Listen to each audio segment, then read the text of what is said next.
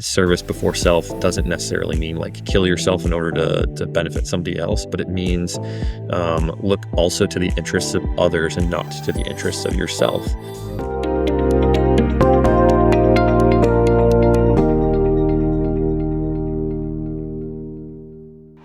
Welcome to Lead with Heart, the podcast for people who believe that compassion and impact go hand in hand. Great leadership isn't just about results, it's about how we uplift others, inspire change, and serve our communities. If you're looking for insight on how to lead with empathy and make a real difference, this podcast is for you. I'm your host, Moryah Jackson, and I'm so glad you're here. I have over 20 years experience in the leadership space and helping others serve their communities. Today's conversation is one you won't want to miss. My guest is Ryan Maddox, and we're diving into his leadership journey on how we can lead with heart, take action, and build communities that truly put people first. Let's get started. So, Ryan, thank you so much for joining us today. Yeah, absolutely. Thanks for having me. So, I want to start off hearing a little bit about your personal journey. What experiences have shaped your leadership journey, and what has motivated you to lead with heart? Sure. So I think the biggest thing that shaped my leadership journey is my experience in the military. I joined the military as a young officer when I was 22. I went through officer training school. People uh, think that there's more like foundational things that hit them before that. But for me, I think my biggest journey was what I thought being a leader was, who I thought I needed to be like, and then really just coming into my own by saying, I can't be like everybody else. I am going to have to lead my way. I'm going to have to do things my way. I can take little tips and tricks, but trying to be somebody else is just not good. It's not effective, and it's not only masking, but it's kind of counterintuitive and counterproductive. And I had a couple of those moments when I was with the military, and then at my last organization when I was a controller of a college. Um, and that really kind of shaped me. So I can dive into that a little deeper if you want. Oh, absolutely. Of course, first and foremost, thank you for your service. I mean, for you to do something like that at such an early age, we appreciate what you've done for our country and your family. So thank you for that. Yeah, absolutely. So when I was in officer training school, the biggest thing that they hammered into us as young officers is you're going to need to learn, and you're going to need to learn from your senior enlisted folks. I actually commissioned with a lot of people who were prior tech sergeants or master sergeants, and they kind of beat into me, okay, you don't really know what you're doing right off the bat, and you need to listen and learn from the people that are around you. And then you get to your first base and you've got senior level commanders who are, teaching you and telling you, here's what you need to think about and do and focus on. And the one thing that I think that was glaringly obviously missing was follow your gut. You were selected as an officer for a reason. You got intuition, learn how to be your officer. We have a lot of bad examples. I don't know if you're familiar with the show series, Band of Brothers. It was an HBO series. Yeah, so that was actually a great teaching tool that they used, and a lot of it was, "Don't be like this guy. Don't be like this officer," because they were that way, and they had um, a negative kind of connotation, so you don't wanna be like this, but I didn't have a whole lot of develop your leadership style. We did a little assessments. We did DISC, we did Myers Briggs, but there was not a whole lot of learn who you are and how you lead and how to build in your leadership. Um, and so I struggled a lot when I was a young officer. I struggled because I had some officers telling me hey, I was around a bunch of maintainers, I needed to swear more. Or other officers saying, you just have the worst mouth I've ever seen, and you're turning a lot of the senior folks off. And I was like, oh man, what do you guys want from me? I had some people who were saying, take responsibility, do, uh, learn everything, know everything, make good decisions, and then other people telling me, um, You don't know anything, trust your senior, enlisted leadership, just kind of follow them around because you're a young officer and just sit there in your corner and color. Here's your box of crayons. They literally would gave us a box of crayons on my first day at my new base and said, "Okay, stay in the corner and just color in your little coloring book because you don't know anything." And it took me a few years to really say, "You know what? I'm here for a reason. I have instincts. I have not a lot of experience, but I have the ability to assess and understand. I can't fake a style that I don't have. I've got my background, my history, my um what has shaped me into who I am. And so I need to just lead the way that I am. And then I can take little tips and tricks from other people, how to plan my life out with a career chart. That was something an officer imposed on me. How to um, play good cop, bad cop with somebody else. Come in either as the hammer or come in as the good cop when you're dealing with a with an enlisted airman. Um, but really, developing my own style was the hardest thing, I think, and that's the most impactful thing.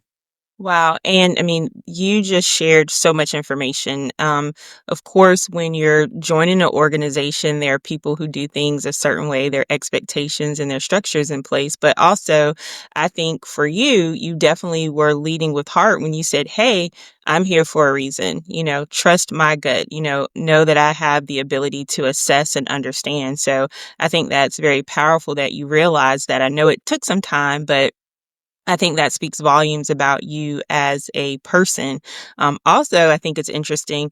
You had different people giving you different types of feedback. And one of my favorite quotes is from Brene Brown. And she says, "Clear is kind and unclear is unkind."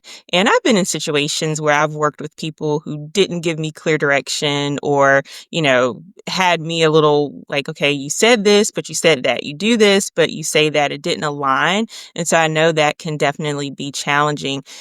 Reflecting on your experience as you were coming into your leadership style, do you have any tips for someone who is experiencing what you experienced then? Like, what did you do to process all that information, or what helped you come to realize, hey, I'm here for a reason. I need to trust myself and lead in my own way and not try to be someone that I'm not? Yeah, I think the biggest piece of advice that I'd give to somebody else is develop a filter. Mm.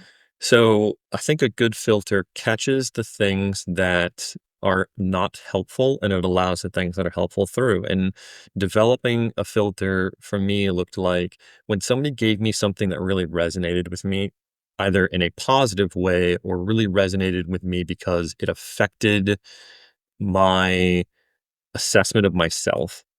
I needed to not take it emotionally, either positively or negatively, and I needed to kind of unemotionally assess what were they saying. If they said, you're doing well because of this, okay, that really boosts my ego. That really makes me think I'm walking on water, but I need to really assess what they're asking or what they're telling me and reality check it. Or and more often in my young career it was you need to do this differently. Everybody has their own individual style. Is this something that's a stylistic thing? Is this something that I'm feeling insecure about because of a prior issue in my life? And do I really want this to make as much of an impact on who I am? Is this something that could potentially be this person's problem with me, or this person's problem with people like me. And so I would tell young folks, develop a filter of what you let really affect you and really change you, because especially when I was with a church doing young youth leadership, and when I was in the middle of going through seminary, which is another part of my leadership development, I let some things that people told me affect me in whether or not I even wanted to pursue uh, leadership within or around the church at all.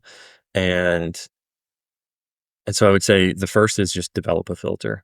And then the second, it goes to your original question, which is how do I lead with heart? It took me a long time to find out what my actual purpose was.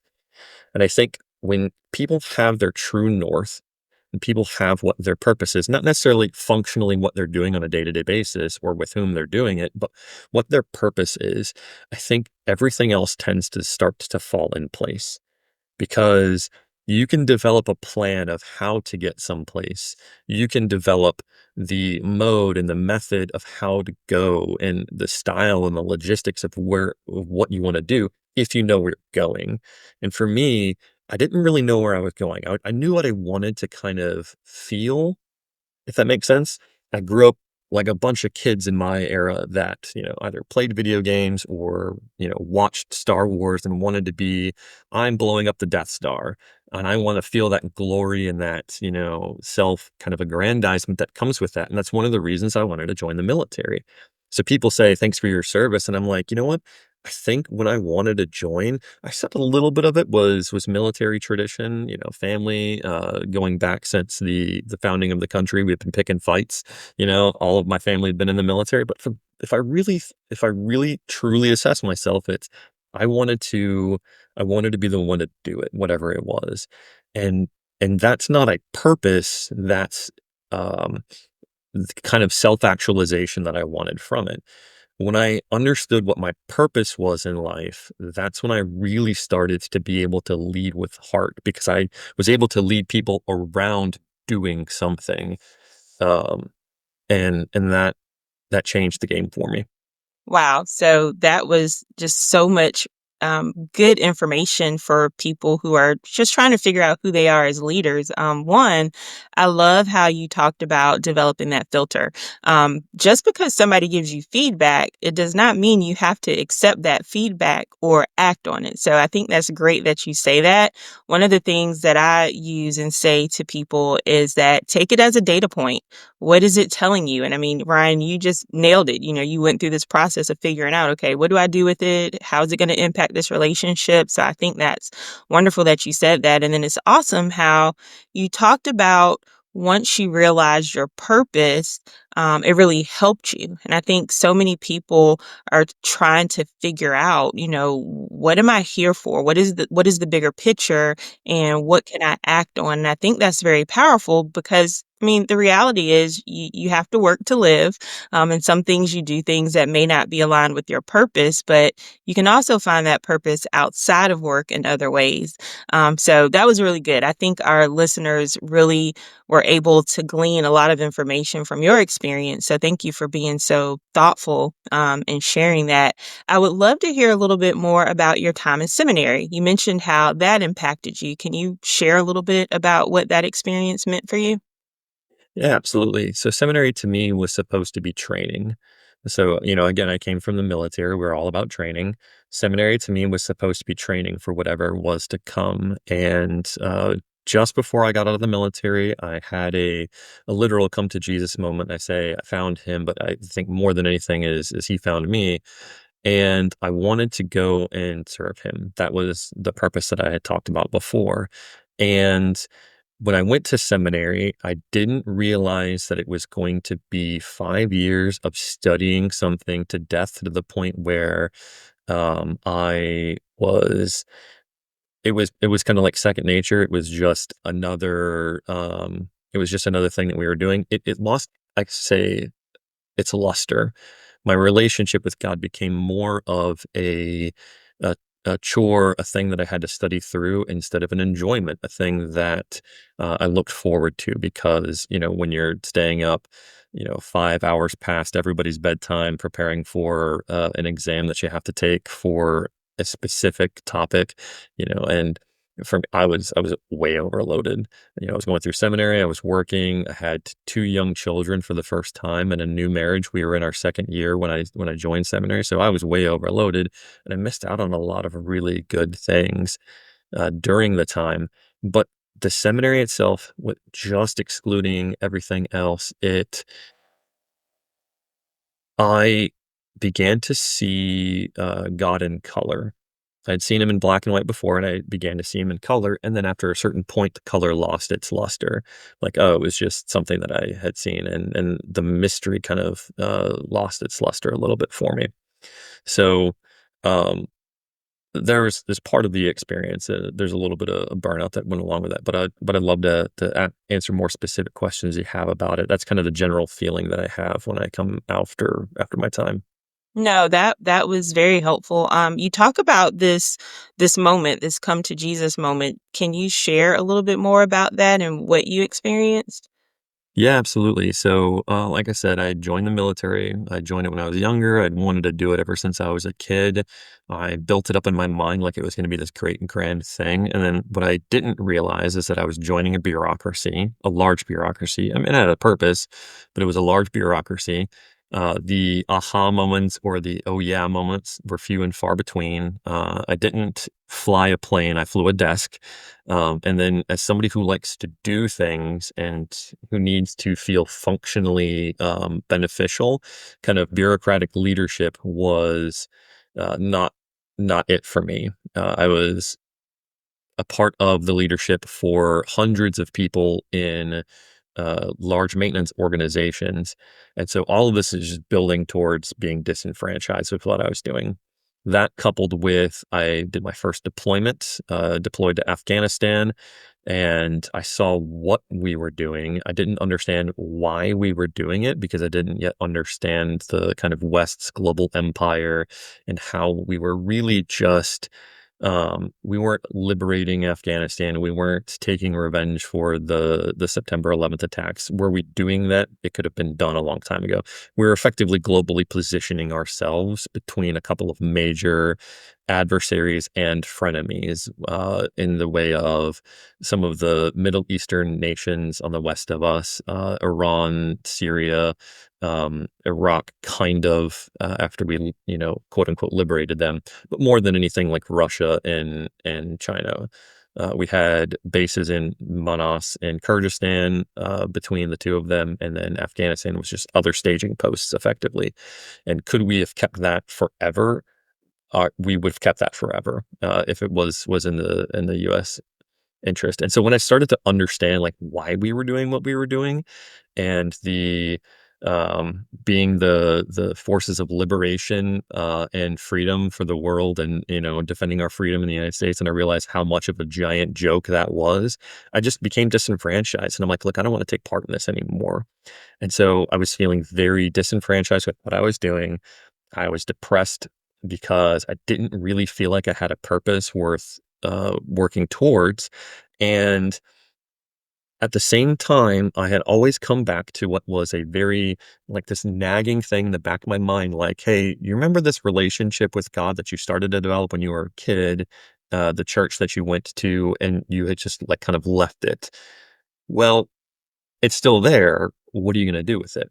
And so every time I would feel low, I'd go back, and I started going to church again, and I felt worthless to serve God.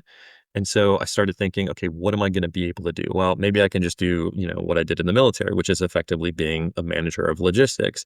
And so I went and I saw my local chaplain, my unit's chaplain, and he says, well, if you want to get into kind of, logistics work and mission work, there's a guy who just got off the mission field.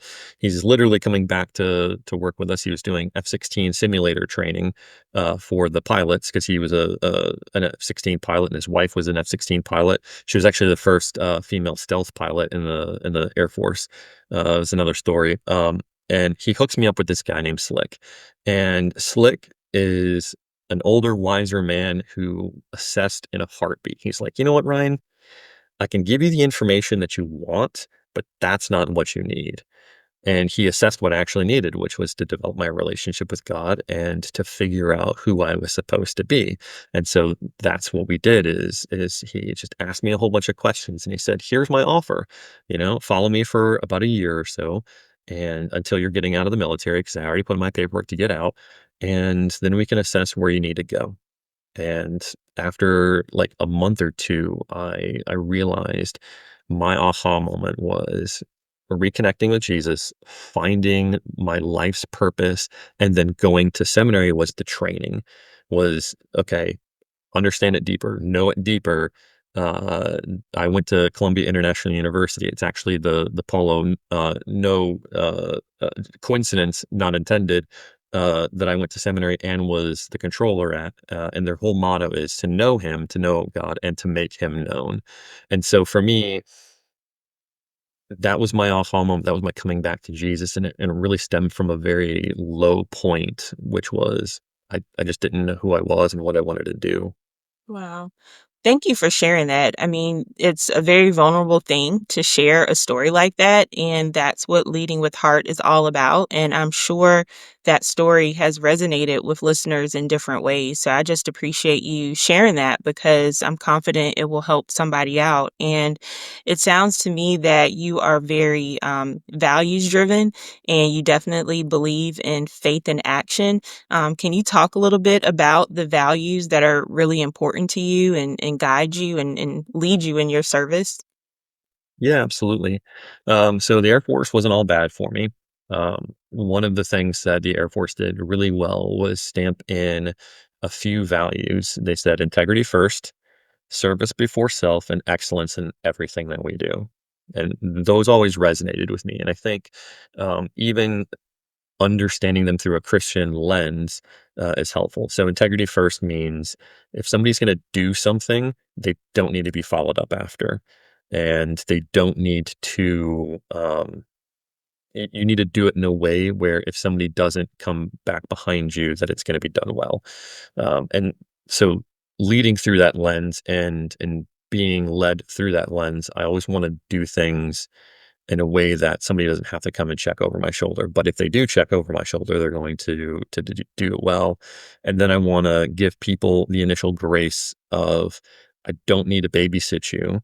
I expect integrity when I work with somebody, but then also if you show me that I do need to babysit you, either because you're not doing something well, which leads into excellence in all we do, or you are doing something that is nefarious, uh, then I'm going to make sure that I dig in 100% because I expect integrity.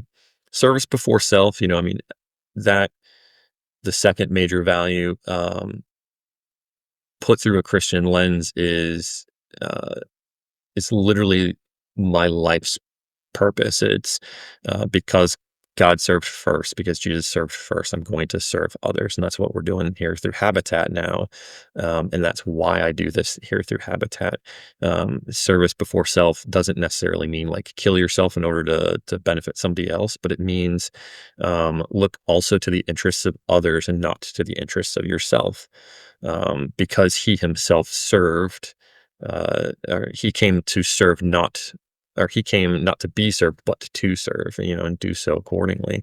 All will know that you are my disciples because of how you love one another. But I mean, if you even go back to just the core, they call it the golden rule is, do unto others what you would have done unto yourself. Like there's so many ways to say it, but it all comes back to we can exist as a community if we aren't taking care of each other. And then if we are looking inward, everybody else is going to start looking inward. If we look outward, everybody else is going to start looking outward. And we just facilitate, more communal growth and everything if we do that. And then the last one, excellence in all we do. It's just if you do something, do it well. I had a superintendent who is one of the higher. He was a senior master sergeant. He was one of the higher enlisted ranks, and he was somebody I worked with, and he really imparted this piece of wisdom on me. He said, "Leave an organization better than you found it." Anytime you go in, you don't have to make anything perfect, but just make sure that you leave it better than you found it. And that really stuck with me. My time at CIU, my time here at Habitat, my time anywhere is I don't have to make it perfect. I just want to make sure, did I leave a mess when I left, or did I leave it better than I found it? And if I can say that I left it better than I found it, then I can go to sleep at night knowing that I'm doing well and that I can, transition knowing that I've done well. That's awesome. I love how you went through each of your values. Very clear. You had clarity. That's powerful. So thank you for sharing that. And what I would love to hear a little bit more about is just the community aspect. Right now, our society is going through so many changes, and there are people who are clashing due to differences. What do you do to build bridges with people who may not share the same values as you do? Yeah, I think the first thing is really listening to what others' values are. I think the way we say things really changes how we understand somebody else. And then just knowing where people's uh, true value is helps you to understand what they want and if it's really a different outcome or if it's just a different means. So for instance, you mentioned culturally we're seemingly divided. I think if you talked to politically speaking, if you talk to people who are staunchly conservative versus people who are staunchly liberal about economics or about, political governance, they'd want people to be healthy. They'd want people to be well off. It's just, do we want to do that through a state run, a federal run, or an individual run basis? And so for me, I'm like, what do you really want? Do we have the same heart? And then are we just disagreeing about the means? And that's okay. Like I can disagree with people about the means all day and I can say, I think this will be better if we do it this way because I think it's more logical, more functional. It feeds into people's tendencies better. It's more feasible. But I understand where your heart is, and I understand what you want, and I don't want to paint you as some kind of a monster because you think that we should do things differently because we both want the same outcome. And so that's one of the things is I try and frame people's intentions through their outcome, their desired outcome, as opposed to the way they want to go about doing it. And in the workplace, it's like, do you want the same objective? Okay, we can work towards that. The other thing I do is if people have different values than I have, culturally, religious values, workplace values, I try and see where our common values lie and if we can share a common purpose. So, I'm a very spiritual person. My purpose is driven by my relationship with God. I work with people who have no relationship with God and think I'm a quack for, thinking that God even exists. And they've never said this to my face, but, just in a very hyperbolic way. Okay. Do we want the same outcome for our community, which is to have affordable housing and community development? Sure. Do I need to make everybody believe what I believe in order to achieve that outcome? Nah, not really. So I'm willing to partner with people that believe differently than I do to achieve an outcome, and respect their difference to think what they think. I'm gonna think what I think, and so long as no one is trying to impose their way of being on somebody else, in a non-religious organization or in a non-political organization, then I think that's fine. So the long story short is try and find common ground is how I do it. And I think that's very powerful. I'm a firm believer that people have more in common than they think. And I think a core part of leading with heart is to find that common ground. What can we agree on and what can we work towards? And I think an essential skill with leading with heart that you mentioned, how do you listen and how do you listen well? So imagine if we listen a little bit better, we listen to learn versus listen to react, and we can work to find that common ground. So that's really powerful, Ryan. So thank you for sharing that. Yeah, you mentioned how do you listen better? It's kind of like when I was saying develop a filter. Like you kind of have to say, here's what they're telling me. Here's why I'm reacting this way. Here's what I'm hearing. But now let's think about it objectively and let's think about the facts of the person. Okay, I got upset that somebody said something. Well, let me look at their entire life and let me look at it objectively and let me see, are they really trying to get at me or is this something I'm probably just reacting to differently? The other thing I think about is, am I going to create a straw man argument in my mind about a person or about a thought, or am I going to create a steel man argument and really think, you know what? Let me understand them through as strong of a lens as possible. So, yeah. That's really good.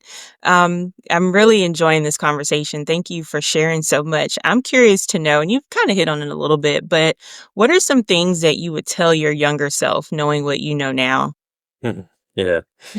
Uh, well, after I smack my younger self in the back of the head, for various things, and that's my polite way of saying it, I would say, just remember who you are, remember who you know that you are, and don't try and be something that you think you're supposed to be. Or don't try and experience something because you think it's good to experience. The long and slow road is better than the short and fast road to true fulfillment and to true understanding of purpose. Um, whether that be through relationships, my younger self, I tended to um, I grew up in a more conservative household, and so when I got my own money and when I got my own freedom to do whatever I wanted to, I did. So I blew a lot of money, and then I also was like, "Oh man, I grew up in a very conservative, socially household, and I want to just go out and experience. I want to experience life and women and whatever." And I'm just like, "Yeah, I really wasted my heart. I really wasted my heart so terribly much, and I knew what I should have done. I was unwise." And I paid for it a lot later on, and had I just been patient, I think a lot of my problems in my marriage and a lot of problems with my kids would have resolved. I'd have also had a lot less, heartache through the years. I also let in a whole bunch of stuff that affected me when I was in my early 20s, whether it be media, television, whatever, that was making me want a certain thing or a certain lifestyle was just toxic and disruptive. And so I would say, just remember who you are and what you're supposed to be doing.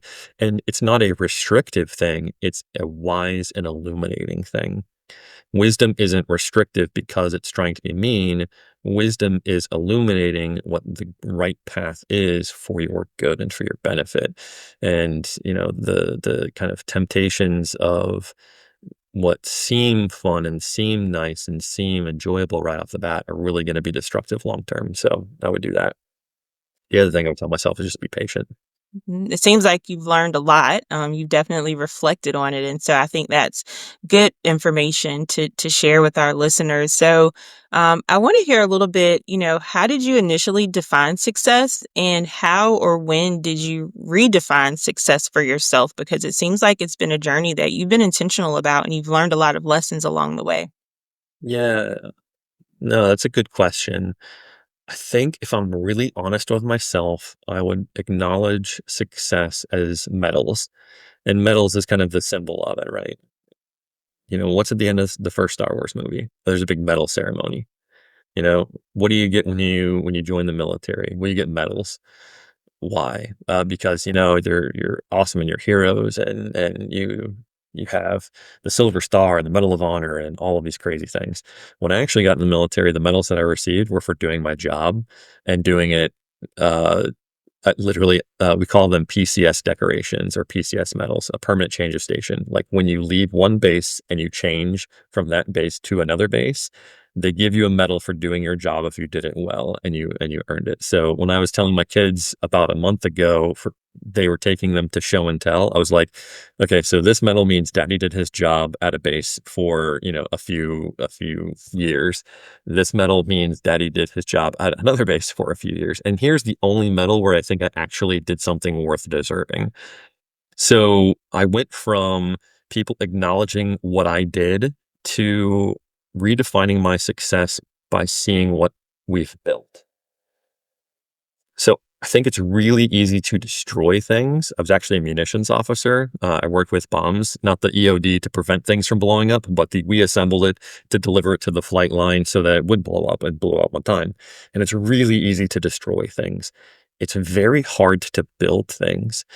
So working at Habitat now and seeing that from a construction side, constructing things on my own at my house, building a marriage, building relationships, building my children into little people, it's really hard to build things. I've got a 2-year-old that I'm trying to say, don't go in the kitchen and don't play with the kitchen tools and everything and don't pull them all out. And it's like years of telling him not to do this, but it takes a long time to build. But when you build something and it lasts and it's worthwhile and it helps you, it helps the people around you, that's success. That success to me is building something that is worthwhile. And worthwhile to me is, does it glorify God? Does it honor people around you? Does it serve people around you? Does it serve your neighbor? Those are the things that really matter. And so I would say, success now for me is not being acknowledged. Success is participating in building something that's worthwhile. Wow, that is very powerful. I mean, it's gone from personal success to significance. What can I do to help build? And I love that you said with your neighbor.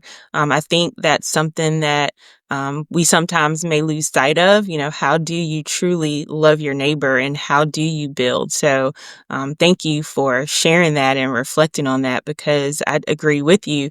It's really easy to destroy things, but it's harder to build things that are worthwhile and build things together.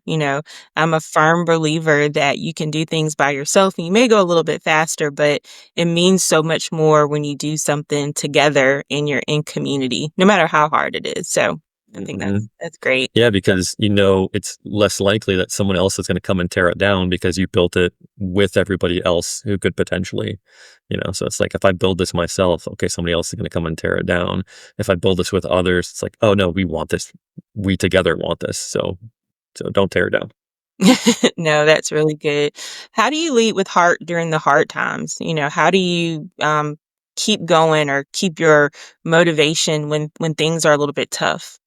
And I've had some hard times for sure. I had some hard times towards the end of my military career. I had some hard times maritally, and then in seminary. And for me, remembering who I am in Jesus is the most important and foundational. It takes any of the bad messaging that I might give to myself or that anyone gives, and it says, "Nope, here's who you already are. You are loved. You are valued." And then I also remember who others are. They are also made in the image of God. They are also loved and valued. Okay, so now that I have the value question answered, how do I endure hardship? Well, one of my favorite quotes from my time in officer training school was a Winston Churchill quote, and he says, "I like a man who grins when he fights." And to me, that is, if you're going to do something and endure something that's hard, enjoy the suck, you know? Get in there and figure out a way to just enjoy it being a grueling effort. It's like being in the gym. When you're lifting really hard and heavy, you may feel exhausted, your muscles may hurt. Feel the good burn and get into that mentality. People can be exhausted though, and you can truly feel like despair and being just mentally or emotionally exhausted, or you're having true tragedy.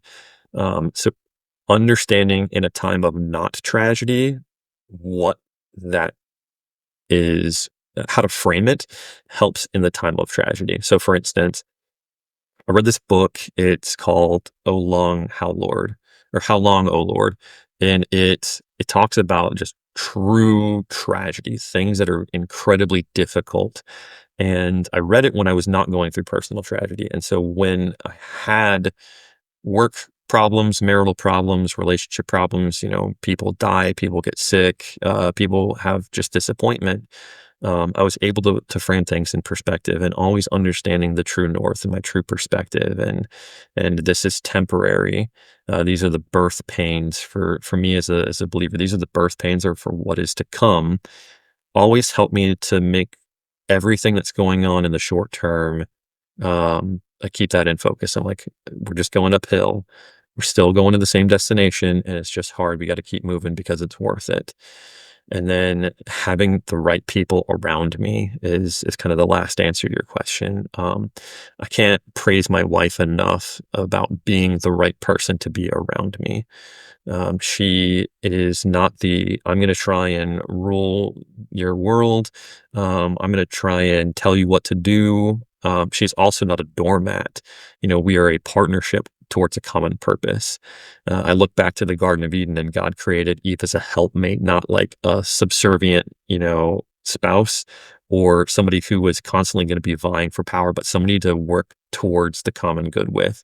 We actually had lunch the other day and we were talking about our favorite Disney characters, if you remember. And I mentioned that my favorite Disney lady was Nala Yeah. because Nala led positively towards the fulfillment of what needed to happen, which to slap Simba around for a second and say, "Hey, get back into the game and do what you need to do, and help us take back the Pride Lands." But she did it in a way that was helpful and not. So I would say, for me, my wife is my Nala. Oh, I She love is it. 100% my Nala, and she is so helpful in the hard times. And likewise, I'm trying to be helpful to her in the hard times because they're always going to be.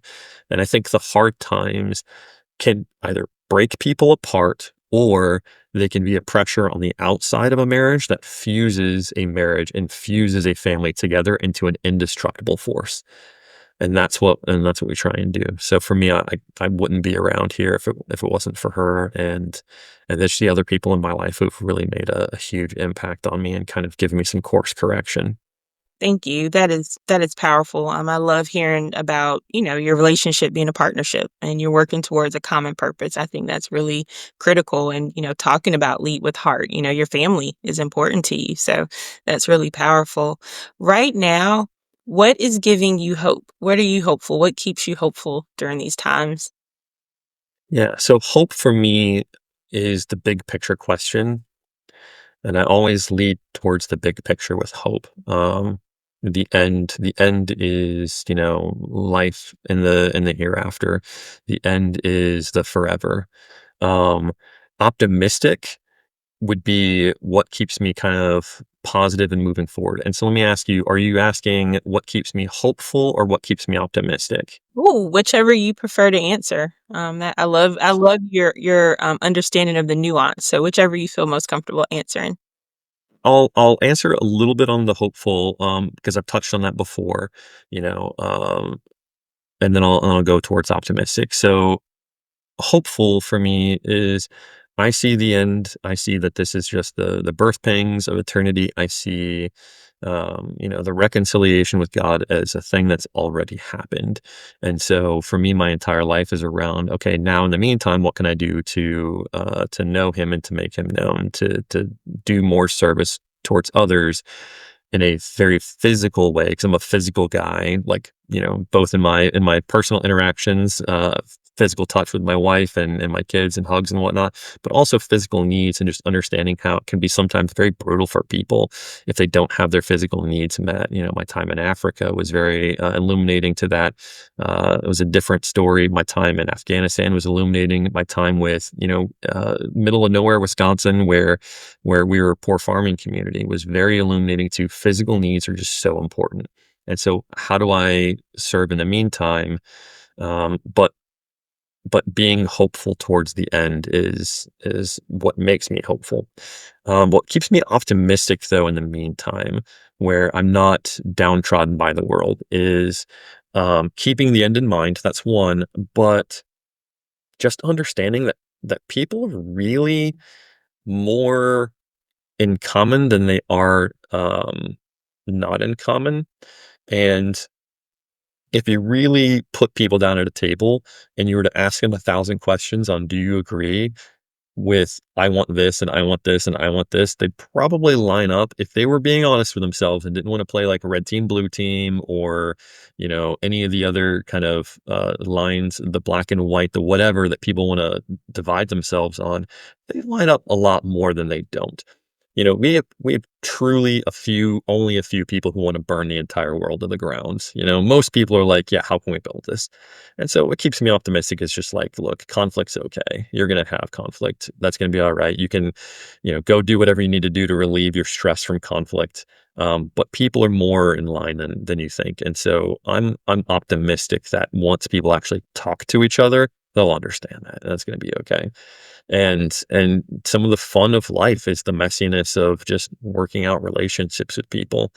And then I don't think gyms would be as successful if people didn't have work frustration to work it out on.